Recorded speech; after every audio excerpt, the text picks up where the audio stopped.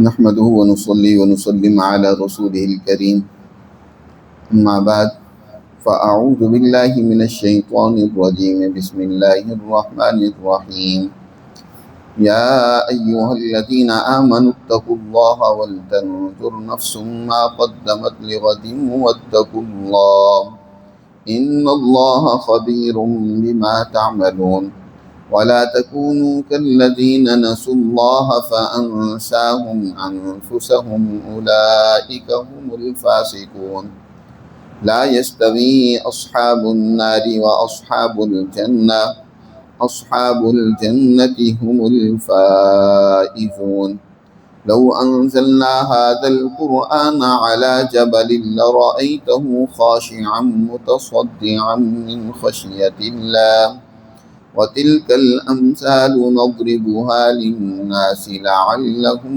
يتفكرون صدق اللہ العظیم۔ یہ سورۃ الحشر کے آخری رکوع کی آیات ہیں۔ اس سورہ مبارکہ کا آغاز اللہ کی تسبیح، اس کی عظمت شان سے ہوا تھا، اور مسلمان جماعت کہ اس سب سے پہلے اقدامی حملے کا تذکرہ کیا۔ اول الحشر، جو سب سے پہلی فوج کشی ہوئی بنو نذیر کے خلاف، اور مسلمان جماعت کے نظم و نسق، ان کی بہترین صلاحیتوں اور عملی اقدامات نے دشمن پر ایسا رعب طاری کیا کہ دشمن اپنے علاقوں کو چھوڑ کر وہاں سے جلا وطن ہونے پر مجبور ہوا۔ اب آخر میں مسلمان جماعت کو ایک بہت بڑی اور بنیادی بات کی نصیحت کی جا رہی ہے۔ یہاں صرف چند ایک فتوحات پر مطمئن ہو کر بیٹھ جانا یہ کامیابی کے لیے کافی نہیں ہوتا، بلکہ اپنے اندر مستقل صلاحیتیں بڑھاتے رہنا، آگے مستقبل کی تیاری کرتے رہنا، اور اس کے لیے اپنے آپ کو اس کے لیے ہر وقت آمادہ برسر و پیکار اور تیار رکھنا، یہ کامیابی کے لیے ضروری ہے۔ اس لیے اللہ سبحانہ و تعالی ارشاد فرماتے ہیں، ایمان والو اتقوا اللہ، اللہ سے ڈرو۔ تقویٰ کے معنی ہے کہ اپنے اندر وہ اعلیٰ صلاحیتیں پیدا کرو، اپنے اندر وہ کمالات پیدا کرو جس کے نتیجے میں مستقبل میں صرف اپنی قوم کی نہیں، ساری اقوام کی تم نے رہنمائی کرنی مستقبل کے اندر۔ اس لیے آگے اللہ نے دوسری بات خاص طور پر فرمائی، وَلْتَنْظُرْ نَفْسٌ مَا قَدَّمَتْ لِغَدٍ، اس درجے کی تمہارے اندر تیاری ہو کہ کل دیکھو تم نے کیا کردار ادا کرنا ہے۔ آج صرف مدینہ منورہ کے یہودی تم سے مرعوب ہوئے ہیں، ان کو تم نے شکست دی، ابھی پوری قوم جزیرہ عرب میں ان کی رہنمائی باقی ہے، اور پھر مستقبل میں تم نے ساری اقوام کی رہنمائی کرنی ہے۔ تو تمہارے اندر صرف اسی بات پر خوش ہو جاؤ کہ ہم نے ان کو شکست دے دی۔ جو قوم ماضی پر ہی دھیان رکھتی ہے، اپنے مستقبل کی پلاننگ نہیں کرتی، اس کے لیے تیاری نہیں کرتی، اس کے لیے فکر مند نہیں ہوتی، وہ قوم کبھی کامیاب نہیں ہوتی۔ اس کو یوں سمجھیں کہ جیسے کسی نے 2 دن پہلے ایک بہت ہی لذیذ عمدہ خوراک کھائی ہو، بڑی اس کے پسند کی خوراک، اب وہ اس خوراک کو یاد کر کے ہر وقت بیٹھا رہے، آگے مزید خوراک حاصل کرنے کے لیے کوئی کوشش نہ کرے، کوئی جدوجہد نہ کرے، تو وہ کل کا کھایا ہوا کھانا کب تک اس کو لذت پہنچائے گا، کب تک اسے مطمئن کرے گا؟ اس کے لیے تو ضروری ہے کہ وہ مستقل مسلسل جدوجہد کرے، اور اس طرح کی خوراک جو اسے پسند ہے اس کو حاصل کرنے کی کوشش کرتا رہے، آگے بڑھتا رہے۔ کل کے لیے کیا کیا؟ مسلمان جماعت وہ مستقبل کو سامنے رکھ کر پلاننگ کرتی ہے، وہ صرف ماضی پر ہی خوش نہیں ہوتی، بلکہ مستقبل دنیا سے گزر کر کل قیامت تک کا مستقبل اس کے پیش نظر ہوتا ہے۔ آج افسوس یہ ہے کہ مسلمانوں نے اس مستقبل کی پلاننگ کو نظر انداز کر دیا، دشمنوں نے اس کو اپنا لیا، اس اصول کو۔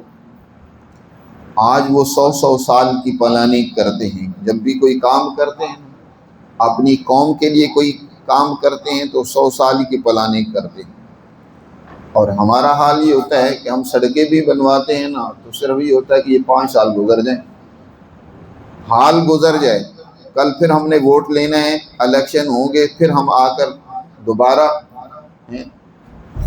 فنڈ جاری کروائیں گے، پھر کچھ کھائیں گے اور پھر کچھ لگائیں گے، عارضی اور وقتی کام ہوتا ہے۔ تو جس قوم کی کوئی پلاننگ ہی نہ ہو، اس کے لیے کوئی تیاری اور فکر ہی نہ ہو، وہ قوم کبھی کامیاب نہیں ہوتی۔ اس لیے اللہ سبحانہ و تعالیٰ نے فرمایا اتقوا اللہ، اللہ سے ڈرو۔ تقویٰ کے معنی پیران پیر شیخ عبد القادر جیلانی رحمۃ اللہ علیہ فرماتے ہیں کہ اس کی تشریح اس آیت میں بیان کی گئی ہے، ان اللہ یأمر بالعدل والاحسان وایتاء ذی القربى وینہی عن الفحشاء والمنکر والبغی۔ اللہ نے 3 باتوں کا حکم کیا ہے اور 3 باتوں کو کرنے سے منع کیا ہے۔ ان میں سے جن باتوں کا حکم دیا ہے ان میں سے سب سے پہلی اور اہم اور بنیادی بات وہ عدل و انصاف ہے، کہ اپنے اندر عدل و انصاف قائم کرنے کی صلاحیت پیدا کرو۔ دنیا کی قومیں تمہاری عزت کریں گی، تمہارا احترام کریں گی، تمہیں قبول کریں گی تمہارے عدل و انصاف کی بنیاد پر، کہ تم کتنا عدل و انصاف کرنے والے ہو۔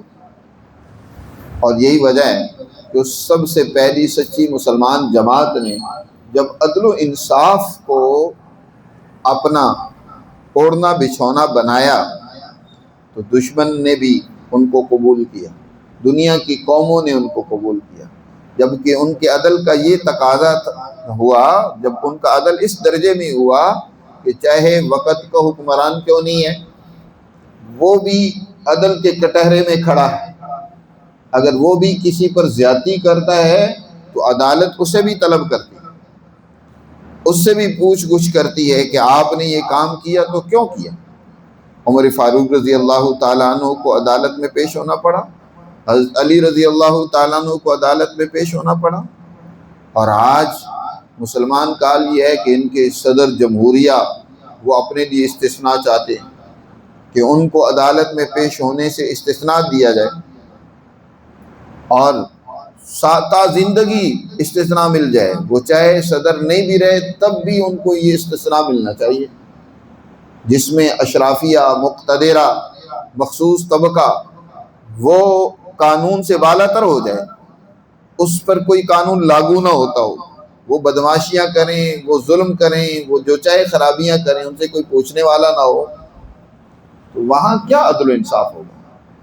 فرمایا اپنے اندر عدل و انصاف پیدا کرو، اللہ سے ڈرو، اتقوا اللہ، اور ولتنظر نفس ما قدمت لغد، اور دیکھے ہر نفس کے اس نے کل کے لیے کیا تیار کی ہے، اس کے اندر اس کے نفس میں کتنی مہارت مستقبل کے حوالے سے کردار ادا کرنے کی پیدا ہوئی ہے۔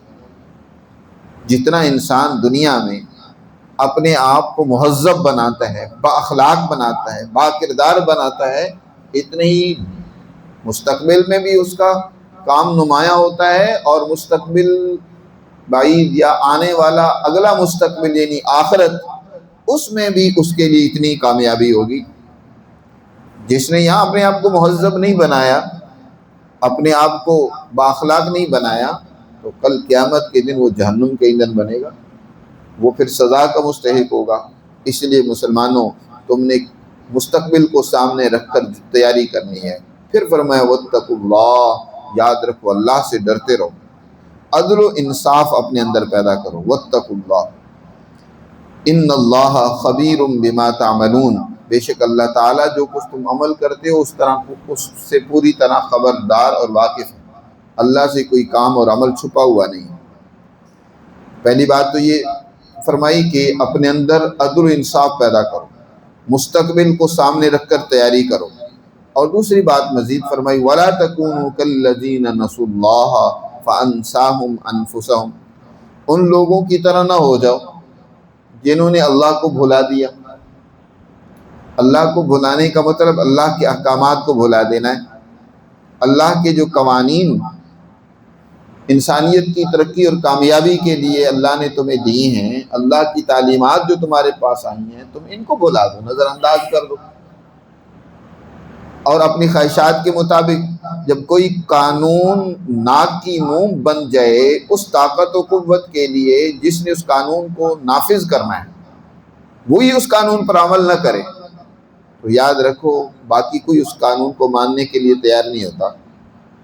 آج تم دین اسلام کی دعوت دیتے ہو لیکن خود اس پر عمل نہیں کرتے ہو، تمہاری عدالتیں، تمہاری سیاست، تمہاری معاشرت، معیشت اس کے مطابق نہیں ہے تو کون تمہاری اس دعوت کو اور قانون کو قبول کرے گا؟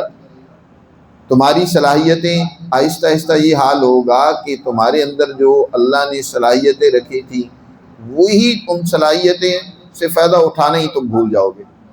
فرمایا وَلَا تَكُونُوا كَالَّذِينَ نَسُوا اللَّهَ، ان لوگوں کی طرح نہ ہو جاؤ جنہوں نے اللہ کو بھلا دیا، نتیجہ یہ نکلا کہ انہیں ان کے نفس ہی اللہ نے بھلا دیے۔ فَأَنسَاهُمْ أَنفُسَهُمْ، انسانی نفوس میں اللہ نے کون سی صلاحیتیں رکھی ہیں، ان صلاحیتوں کی بنیاد پر دنیا میں بڑے بڑے کام انسان کر سکتا ہے، اللہ نے اس میں بڑے کمالات اور خوبیاں رکھی ہیں۔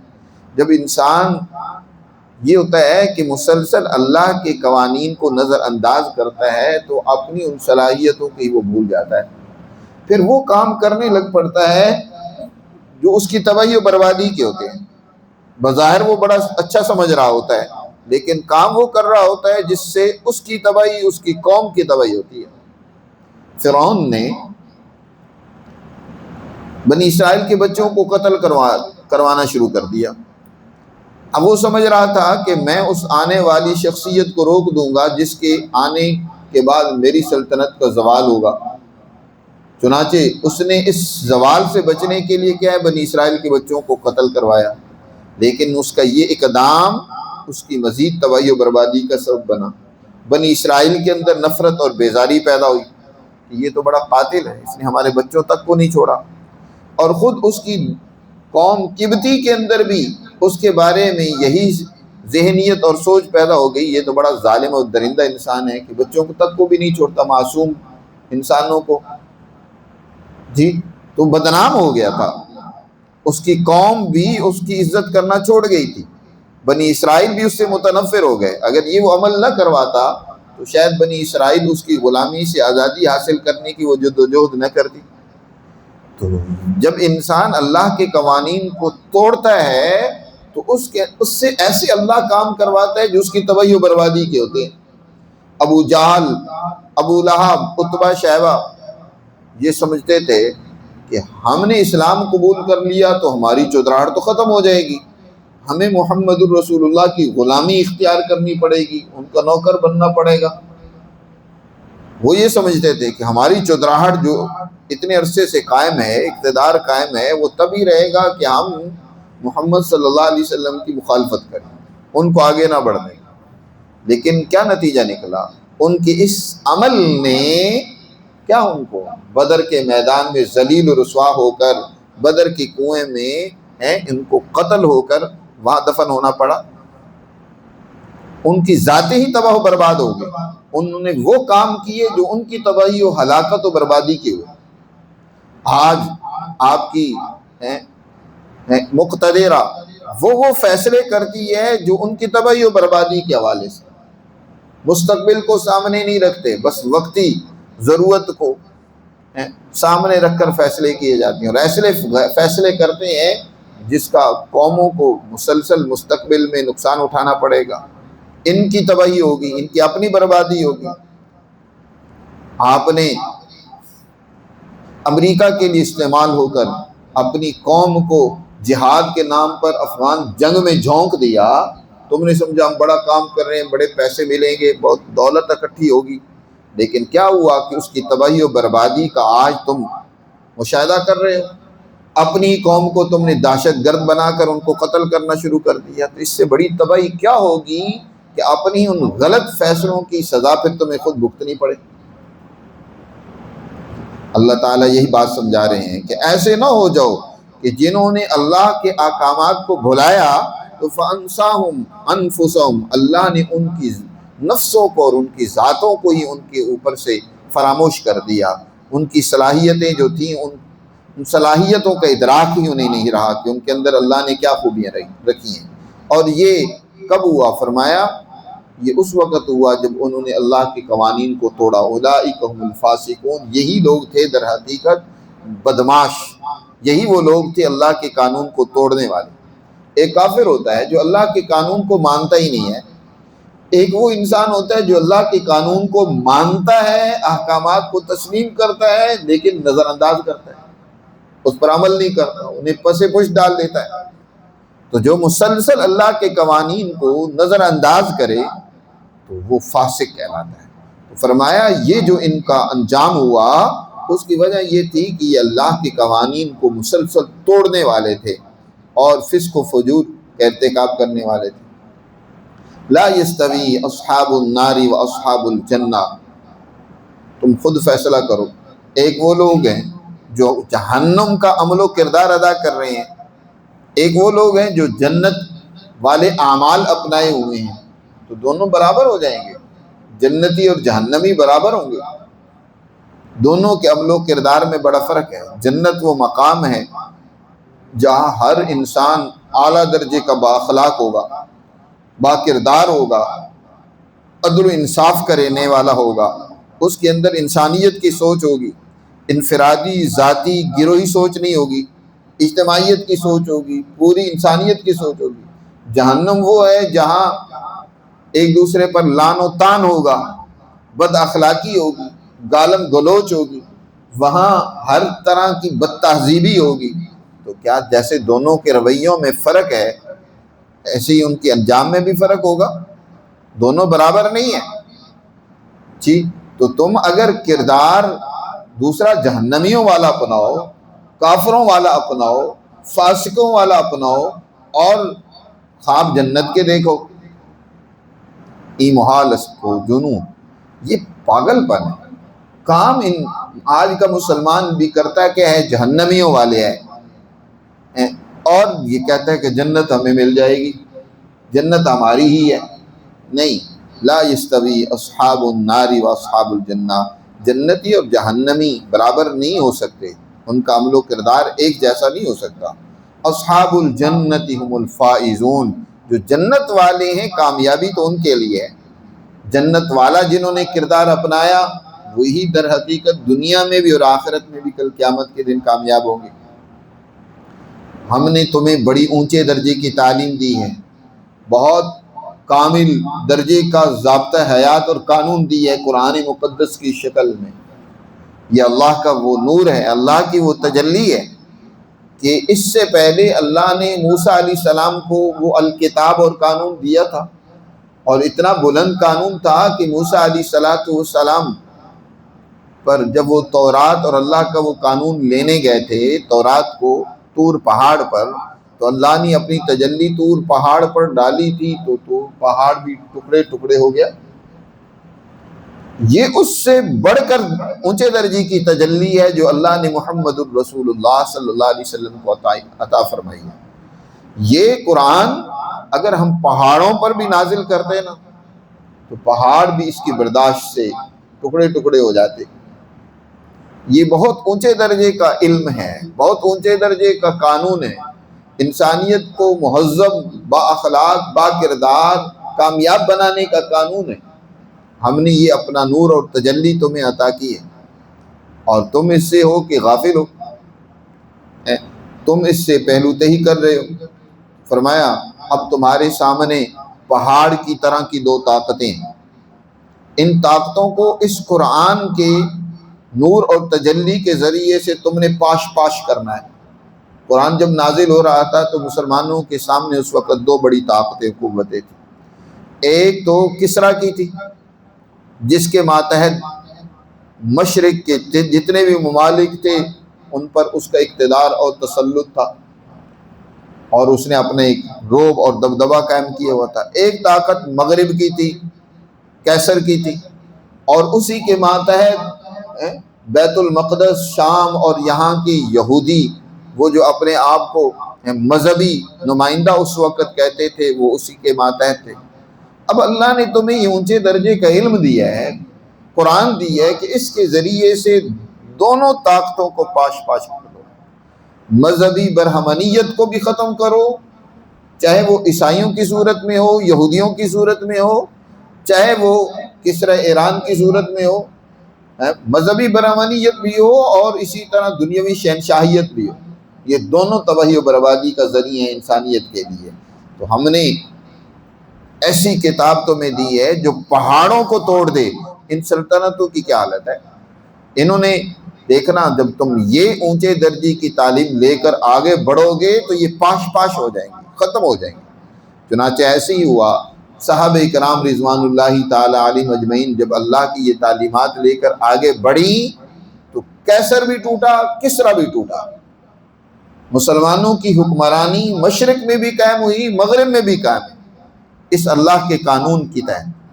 آج یہی مسلمان ہے اللہ کے قانون کو چھوڑے ہوئے، وہ اپنے ملکوں کو مطمئن نہیں کر پا رہا، اپنی قوم کو مطمئن نہیں کر پا رہے جی، وہی شہنشاہیتیں قائم کرنا چاہتے ہیں، وہ اپنا تسلط اور اپنی خواہشات غالب کرنا چاہتے ہیں۔